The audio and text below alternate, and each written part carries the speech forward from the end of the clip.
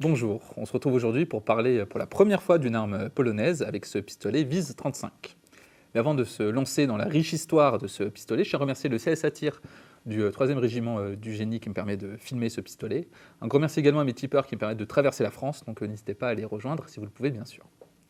Ce VIS 35 a une histoire particulièrement intéressante car il est à la fois un pistolet mécaniquement assez original et il a été utilisé évidemment par la Pologne et également par l'Allemagne lors de la Seconde Guerre mondiale. Dans les années 20, la Pologne va essayer de nombreux pistolets semi-automatiques pour moderniser ses armes de poing. Et lors de ces essais, FN va amener les prototypes de ce qui deviendra le GP35, et l'armée polonaise s'y intéresse mais ne va pas le commander car l'arme est trop lourde et les relations entre Fabrique nationale et le gouvernement polonais n'étaient pas très bonnes à cause de problèmes lors de la commande de fusils mitrailleurs Bar. Et finalement, on va souhaiter produire une arme locale, car la Pologne dispose d'une industrie de l'armement tout à fait honorable, notamment l'arsenal Fabryka Broni, situé dans la ville de Radom. Les ingénieurs dont je vais massacrer le nom, Piotr Winiewczyk et Jan Szymczynski, vont développer une arme polonaise qui va grandement s'inspirer des armes de Browning. Et le premier prototype est opérationnel dès 1931 et il est relativement similaire au pistolet qui sera officiellement adopté en 1935. À un détail près, c'est le levier de désarmement. En effet, sur les premiers modèles, ce levier n'existait pas et c'est suite à la demande de l'armée, et plus particulièrement par la cavalerie, que l'on va rajouter ce levier de désarmement. Entre 1935 et 1939, c'est environ 5000 exemplaires de ces pistolets qui ont été produits, mais l'histoire de ces pistolets ne va pas s'en arrêter là. En effet, sous l'occupation, les Allemands vont reprendre la production et renommer l'arme P35P.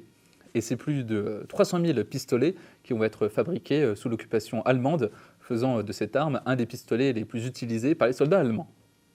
D'ailleurs, lors de l'occupation, une partie de la production était détournée pour armer les groupes de résistance polonais. À l'usine, on fabriquait des pièces avec des numéros de série en double afin de tromper le contrôle allemand et faire sortir des armes de manière discrète.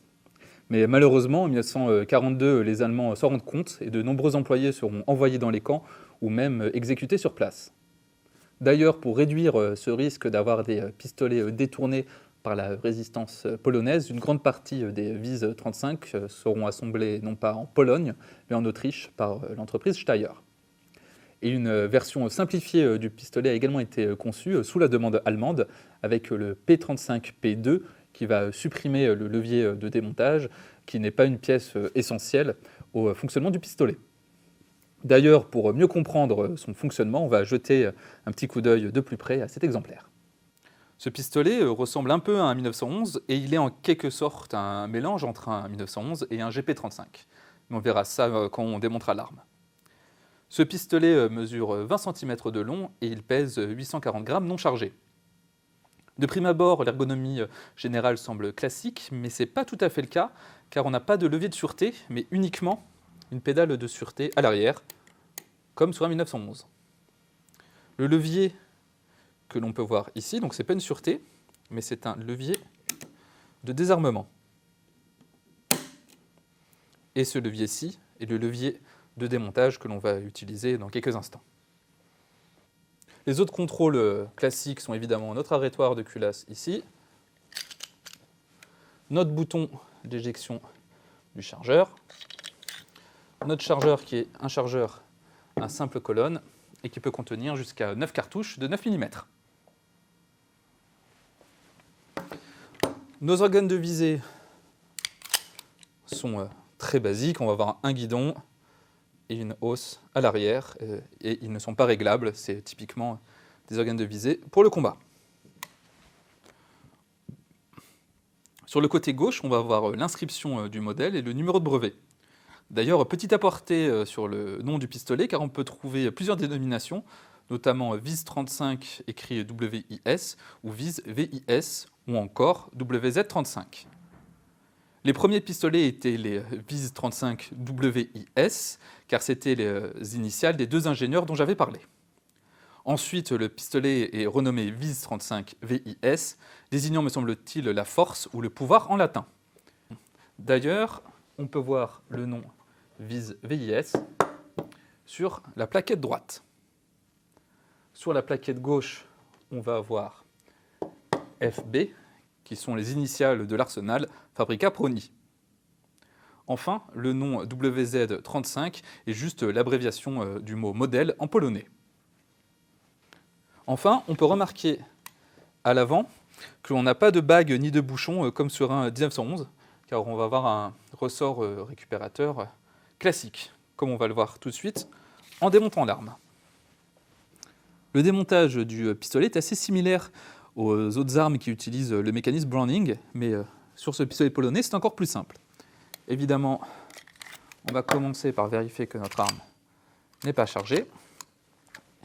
Et on va tirer la culasse et la bloquer grâce au levier de démontage. Et le rôle de ce levier est simplement de maintenir la culasse à cet endroit. Ensuite, on va enlever notre arrêtoire. Et pour enlever l'arrêtoire, c'est très simple. On tire sur la tige du ressort récupérateur et notre arrêtoire va automatiquement sortir.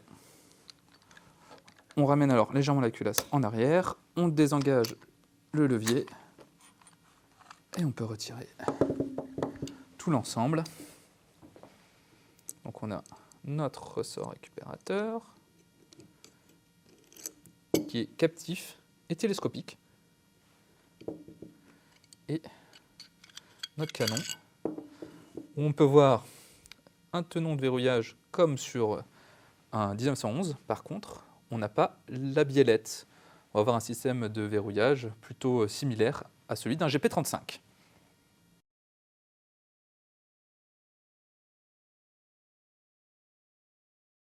On peut voir ici notre levier de désarmement qui va faire deux choses. Quand on l'active, il va retirer le percuteur pour qu'il ne soit plus exposé. Et en même temps, il y a cette sorte de patte qui va partir vers le bas et qui va forcer sur cette pièce, qui va relâcher le marteau. Ainsi, le marteau va pouvoir retomber et ne pas faire contact avec le percuteur.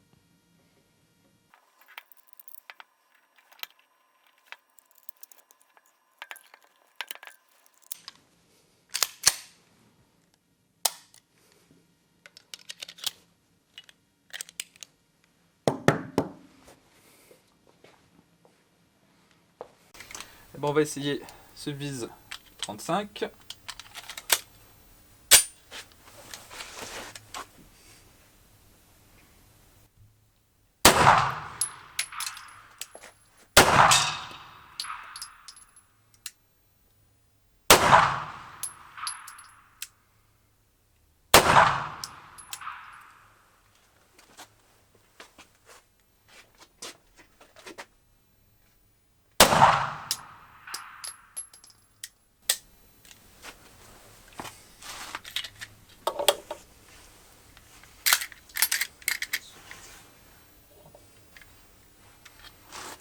Ah non, il est chouette, hein. Il est surprenant. Surprenant. En fait, j'ai l'impression qu'il y avait du... La détente, elle est bien. Et en fait, c'est quand on la relâche que là, on sent qu'il y a des...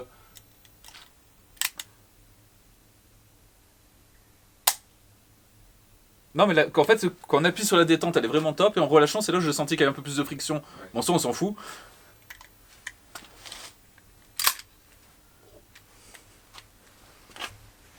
Je te rends ton bébé. Les Radom Vise 35 jouissent d'une bonne réputation et ils sont assez prisés aujourd'hui grâce à leur riche histoire et à leur bonne qualité. En tout cas, j'espère que cette vidéo vous aura permis de découvrir ou d'en savoir plus sur ce pistolet qui n'est pas forcément des plus connus. Je vous invite, comme d'habitude, à vous abonner à la chaîne et si vous souhaitez à soutenir mon travail grâce au Tipeee en description. Sur ce, on se dit à bientôt pour une prochaine vidéo.